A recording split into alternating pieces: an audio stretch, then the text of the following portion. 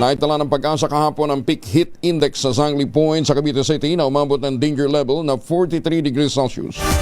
Tinamaan din ng danger level na heat index na 42 degrees Celsius ang Cotabato City sa Maguindanao, ang Butuan City sa Agusan del Norte. Ayon sa Pag-asa, asahan at tataas pa ang temperatura sa Pilipinas ngayon nagsisimula na ang panahon ng tag-init at posibleng tumindi ito sa ilang bahagi ng bansa. Ngayong Miyerkules, sinabi ng Pag-asa, maaaring umabot sa danger level na 42 degrees Celsius ang heat index sa Cotabato City at Butuan City. Ang heat index ay tumutukoy sa aktwal na init na nararamdaman ng katawan ng tao na binagsamang sukat ng temperatura ng hangin at relative humidity o halamigmig. Kapag mataas ang humidity, bumabagal ang pagsingaw ng pawis, kaya't mas nahihirapan ang katawan na magpalamig.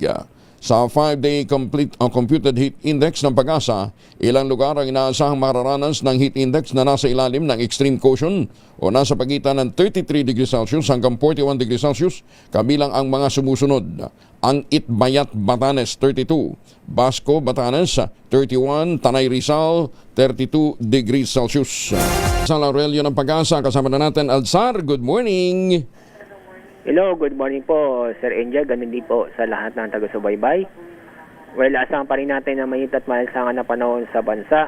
Pero may tsansa pa rin ng mga isolated na pag-ulan o sandaling buhos ng ulan, lalo na nasa bandang Visayas at sa Mindanao.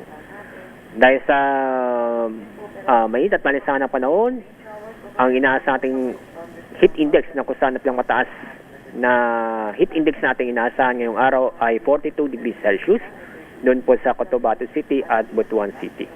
Sa Metro Manila, ang forecast heat index ay 37 degrees Celsius.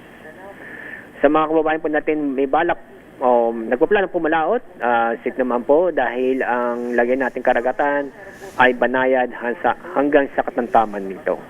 Yan ang ating update mula sa Pag-asa. Ako po sa Alzar D. Aurelio. Maraming salamat, Alzar Aurelio.